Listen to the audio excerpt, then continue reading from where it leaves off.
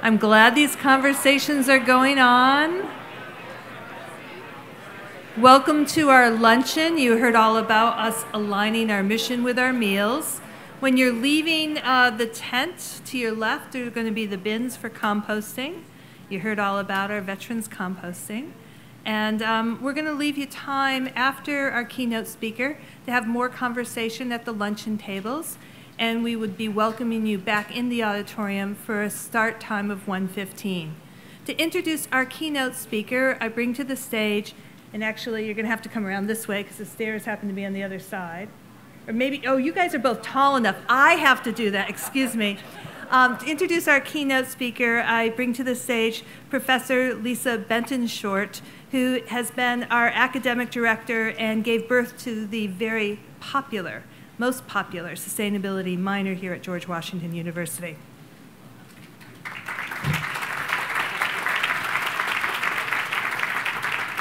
Thanks. I don't remember the labor process for the sustainability minor. I guess like most mothers, I just kind of forgot it. So it's my great pleasure to introduce our lunch speaker, Tommy Wells. Mr. Wells is currently the director of the District Department of the Environment, and he was appointed in 2015, and he's been responsible for protecting the environment and conserving the natural resources in the District of Columbia. Most recently, and how I know Tommy, is that he served as a DC council member representing my ward, Ward 6, a position since he held since 2006. And during his time on the council, he garnered broad support for his efforts to make the district more livable and walkable. And I can only say, woo! That's a Nats reference for those of you that follow baseball, woo! Because I actually live not only in Ward 6, but I also live in Ward 6 down by the Navy Yard. And if you have not been to the Navy Yard recently, and you live in DC, you should come because it is a vibrant place.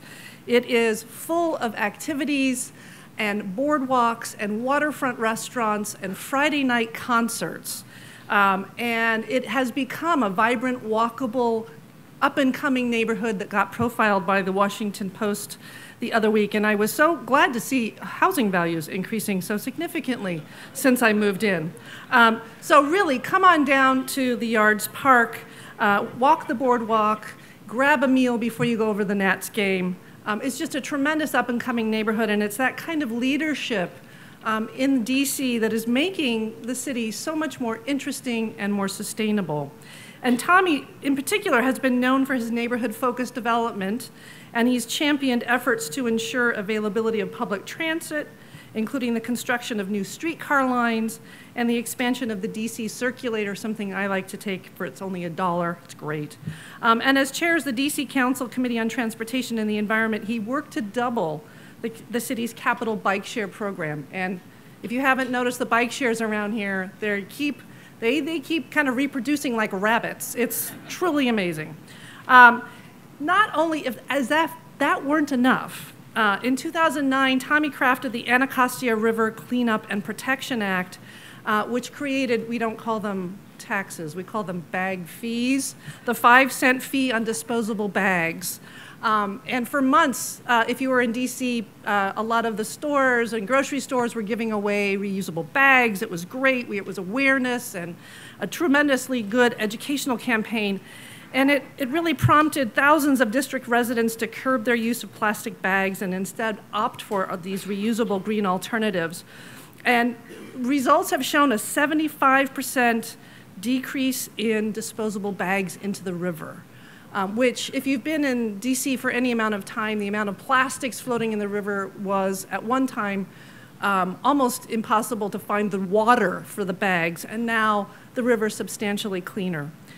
So for many of all of these reasons, it's just such a pleasure to welcome Tommy Wells to talk to us, because I can't think of anybody that really has more to give us and say about green living and the innovations that DC is bringing to sustainability. So welcome, Tommy Wells. Lisa, thank you very much. You know, in politics, there's nothing like having a happy customer. So that's terrific. On behalf of our new mayor, Muriel Bowser, I want to welcome everyone, but also want to say to George Washington University and our government partners, there could not be a more important topic, more issues, in terms of the issues that you are leading on and talking about, working on today. And in terms of our government partnerships, the rest of the country, the rest of the private sector and the residents throughout the country look to us for leadership, whether it be their nation's capital, but also their federal government. And that's why it's so critical that we lead by example, and that's why it's so wonderful to have a president who really continues to set the bar and call to us to do better around energy, our environment, because certainly the time is nigh, that it could not be more important than any other time in the history of our country to deal with the environment, deal with climate change, and deal with the things that certainly impact the daily lives of all of us. Of course, I want to say thank you to the president of George Washington University, the other president, President Knapp, for his leadership and having the wisdom to have a degree or program of sustainability. It's cutting edge. It's the next generation of leaders. I believe it was the governor of Washington State that said, we're the first generation to experience climate change, and we're the last generation to be able to do something about it. And that's part of why we're here today, but it's also why the leadership at George Washington is so important. And I know you've heard from Secretary Mabus, you'll be hearing from Secretary McCarthy, and then also the other friends that I have. I know Bernard Demchek is here, who's been such a friend to the District of Columbia for so many years that I do feel that this is a very friendly room to be in. That the President's order and the goal to get to 30% clean energy by 2025, and the District of Columbia, our goal is 50% by 2025, is, for many, it's just a number, but we have to implement it. We have to figure out how to do that. And some of the technology of how to do that has not even been invented yet. But what we know is that we can be more efficient, we can do a better job with our resources, and we can implement the technology we do know about. So in our partnership together, which is a very powerful partnership, especially with the DC government and our federal government, we were just named #1 for having the most Energy Star rated buildings in the nation, which is because of the work that you've done, our private sector done, the government's done. And kudos to the EPA for understanding that benchmarks like this can create competition between jurisdictions and cities. And we did just edge out LA, and it's been going back and forth literally between 5 or 6 buildings each year. And so that has been very important. Now, the district government, we buy 100% of our energy from renewable power, mostly wind power. And now we're installing approximately 46 megawatts of wind power in Pennsylvania and 2.5 or 10.5 megawatts of solar energy on the top of our buildings. Now, who knew that the tops of our buildings were such a resource for our governments, our programs, but also for stewardship? And so what you heard today, Secretary Mabus say that the Anacostia Bowling solar array will be a mixed rooftop parking lot and open space between 4 to 6 megawatts of power on the base there. That's not a huge base, but that is an incredible use of power or use of space to generate power, because this is space that was not being used otherwise. And also to show how you can put solar arrays on top of parking lots. We have parking lots all across everywhere, but to be able for people to do a site visit and see what can be done with the parking lots around generating power is awesome. And then DC, our area and our city, we're a national leader for the green buildings. There's more LEED certified projects in square footage than any other city in the country. Now that is not, that's not per capita, that's sheer numbers. And that is very important because the standards being set by the federal government help create more LEED projects. That's one reason why we have so many. And then here at GW, you heard about, I believe that the only LEED Platinum academic building in DC is right here at GW. You really are providing leadership, and I think, again, George Washington University needs a round of applause for the leadership of what they're doing.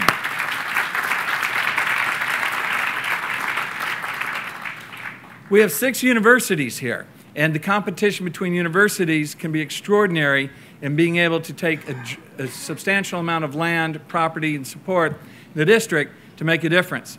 We have actually, my federal partners know better than I do how many embassies we have. And we have an embassy challenge where the embassies are challenging each other on energy efficiency and LEED buildings.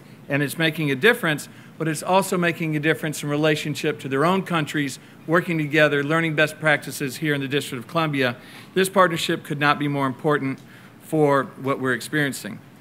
Now, we also now have an amazing stormwater management program in partnership, again, with the federal government. Those of you that pay a water bill in the district, you pay an extra charge for stormwater management. We have a number of events that were too much rain. We have combined sewer overflow in our city, like that from Chicago to Pittsburgh to Philadelphia. This is something that started in Europe. We combined the two together about 100 years ago because of malaria and other health problems that's concerned about how we manage water in our cities. So they combine the two, but what happens is when there's too much rain, just straight sewage flows into our rivers. And our rivers have been drainage systems for civilized areas for centuries, but this particular system is insidious, and it has caused especially the Anacostia River to be one of the dirtiest rivers in the country. We're putting in over $2.5 billion of development of underground tunneling. There'll be 13 miles of tunnels the size of Metro, 100 feet down, going up under the river. We've got 3 boring machines going on right now. And when that happens, the tunnels will serve as a rain barrel.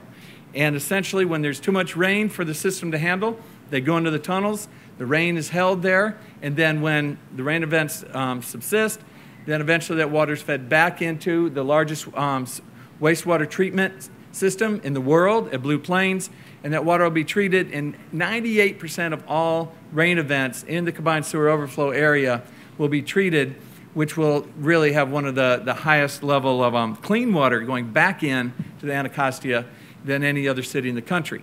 But the challenge continues. What about the areas outside of the stormwater area where they have the combined sewer overflow?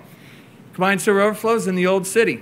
If you know the city well, that old city stops at Florida Avenue. Everything else north of there, east and west, is what the systems are separated. And the combined, so it's not combined, but we have stormwater that runs off, goes across parking lots, goes across fertilized grass, that goes across the streets, and it goes straight into the rivers, and it brings everything with it. And over 46% of our landmass in DC is impervious. So how do we do something about that?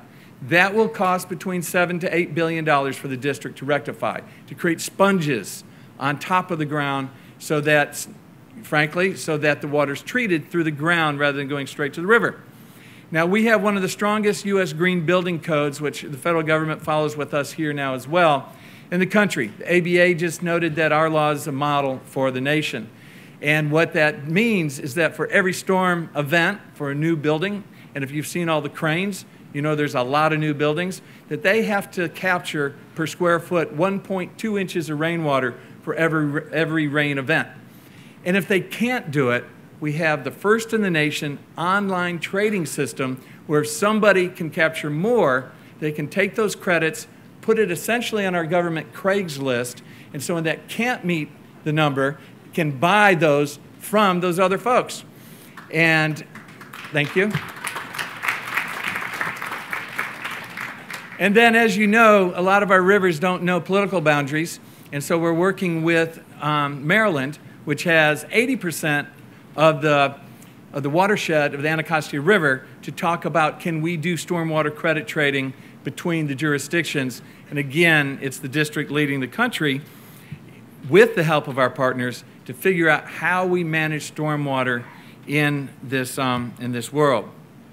So the other thing that we've talked about and why this is so important, when I go around the city and I talk about, you know, you're paying more for your water bill, actually you're paying more for your power bill too, because we've created a sustainable energy utility to just fund retrofits of buildings, putting more solar power on homes. And frankly, there's been a national discussion about solar power only serving one group of folks. In the district, we are sure and being sure that the money that we generate, over $20 million a year, goes to folks on lower income to benefit from solar. One of the first is when the mayor was just elected, when we took office, we announced 130 new solar roofs arrays in 250 days for people just on low income. So we are putting for free on homes across the district for folks on fixed and low income so they can benefit from solar power. Other thing we have is we recently passed a law that calls for community solar. What does that mean? It means that GW can put solar panels on top of their buildings and then give people the credits for how much it generates if they want to give credits to incentives to faculty or to people on low income, to others, to benefit as subscribers for the power they generate to bring their power bills down. It's an extraordinary program, and we're just getting started with that as well. So again, why is this important? And why do we pay more on our bills and such? Why do we have these strict building codes, managing storm water, energy, and such? Well, the first is, as you know, it's climate change. Now, climate change and the climate events that are occurring, often people think all about how they see the big storms elsewhere in the country, catastrophic storms like Hurricane Sandy, but it's really more home to us than that. We just recently had a presentation from Catherine Hayhoe, who was one of the stars of Years of Living Dangerously that Dr. McCormick helped or led to create and to teach the rest of the country, if not the world, about climate change. And we said, what's different about the nation's capital? Why? What will climate change mean for us? So the first thing she noted is that we're on 2 tidal rivers. We're the only nation's capital in the world on 2 untamed rivers. Not that that says anything about those that come here and participate on our rivers, but these are untamed rivers, meaning that they are completely impacted for tidal purposes. So when a hurricane comes and pushes the water back, it rises up in the city, and during one event, I think it was Irene, it came up 8 feet on the Anacostia River. Well, what does that mean for us? At the time, Blue Plains, our sewage treatment plant, had a storm wall of only 12 feet. If it had gone 4 more feet, we would have had to evacuate the city. So that's the kind of impact that we have to prepare for. We certainly have to harden the city. We have to become more resilient, but we also know that the changing climates for our city does have a direct impact. What we also know is that those that know about energy and energy in the atmosphere, that we're having longer periods of very cold periods and very hot periods. We just had the hottest May on record for Washington, D.C. in the history of keeping score. So what that means for us is that coming out of May, you may remember a couple weeks back, we had a storm that dropped a lot of water in certain places, but to some people, the winds were so strong, they said it felt like being in a car wash. That the intensity of the microbursts is extraordinary. And about a year or 2 ago, we had the derecho. Who was here for the derecho? Who here knew the word derecho before we had one? So that's a new thing for us, and it was explosive, and it knocked power out for weeks at a time. We cannot have power knocked out for weeks at a time. The loss to our businesses, the loss to our homeowners and residents in terms of spoilage and such cannot happen. We are going to have to address that. So we address that by hardening the city, making it more resilient, but we also address that by cooling the city. After Chicago had the heat wave and hundreds of people died in the heat wave, they went on to put green roofs all around Chicago to try to cool their city down. And that's what we're doing here. We're catching up to Chicago. It's per capita, but we have more green roofs than any city in the country per capita. But now we're adding, the last 3 years, more green roofs than any other city. And we've got to do it, not because it's just a good way to manage stormwater and do good things like that, but we have to cool the city down. And that will be important. So the other thing that we have to do is we have to address the ozone levels. Ozone is a factor of emissions that come from vehicles and other gases that come into the district and heat. And together, it creates ozone. We have never met the EPA ozone standards here in the District of Columbia. Higher rates of asthma, higher rates of chronic illness, more incidences around heart disease. It is a major problem, but we're going to have to deal with that by cooling the city and reducing car emissions and other emissions that create that. Now, the other thing that I do when I try to say, why do we do all this? Why is it important? Well, some of you that have been paying attention to the news, that, well, at least some of the news, we really want this on national news more, but we have nesting eagles, our nation's symbol, for the first time in within the District of Columbia, the nation's capital, in over 70 years. And not just one pair, 3 pair of nesting eagles. And I will say that I think it was yesterday that the one that's at the National Arboretum had one fledgling. And the definition, I looked it up, what's a fledgling? It means you have the feathers to fly. Doesn't mean you've flown yet, but you have the feathers to fly. It's like having your driver's permit and some keys. But yesterday it flew. So the first, you can applaud that. Everything's okay, no wrecks or anything. And it's certainly one of the most watched eaglets in the country. But that's one reason that we do it. The other reason we do it is that we do have an environment here in DC. We're not just a city of buildings. We've got second amount of green space of any city in the country because of Rock Creek Park, because of our National Park Service friends that manage so much of the green space here. And we have to manage that. And I know that when I got this job in January, looked at everything that my responsibilities are, that I saw that I'm Director of the Environment, I'm the Director of Natural Resources, I'm Director of Energy, and I'm the game warden. And so I have to pay attention to the ecology of the city to be sure that our fishery is healthy and getting healthier. That's one thing about the eagles that's so cool, is that 2 of the nesting pairs are eating solely off of the Anacostia River. And that is amazing. So that as the game warden, I have to learn about all the different things. Now, one of the things I never knew about before this job is that we have an endangered species in DC that can only be found in the District of Columbia for anywhere in the whole world. And it's endangered. It's sensitive. If we didn't manage stormwater, if we continued with too much pollution, it will go away. Now, it's a cute and fuzzy little thing that easily should be some school's mascot, but it's called the Hay Spring Amphipod. Hopefully you can see it from there. But I know it's adorable. It doesn't have eyes, and it has really no color because it lives in seeps. What are seeps? When there's a rain event, water gets up under in the clay and rocks, and these guys grow there. They're about half the size of your fingernail, and they never see daylight or light. But that is part of my job, is that on my watch, we don't lose this cute little guy while I'm here. So with that, thank you to everyone that's a part of this, especially our private partners as well. And again, have a great day. Thank you. Thank you so much. That was fabulous. It's wonderful to hear about all the great leadership happening here in the city of DC, and of course, all the critical partnerships between our federal facilities here and the city on bringing solar to our rooftops, on managing our stormwater, the partnership with the Park Service on our national monuments here in DC. So really appreciate the remarks. Great to learn more about that.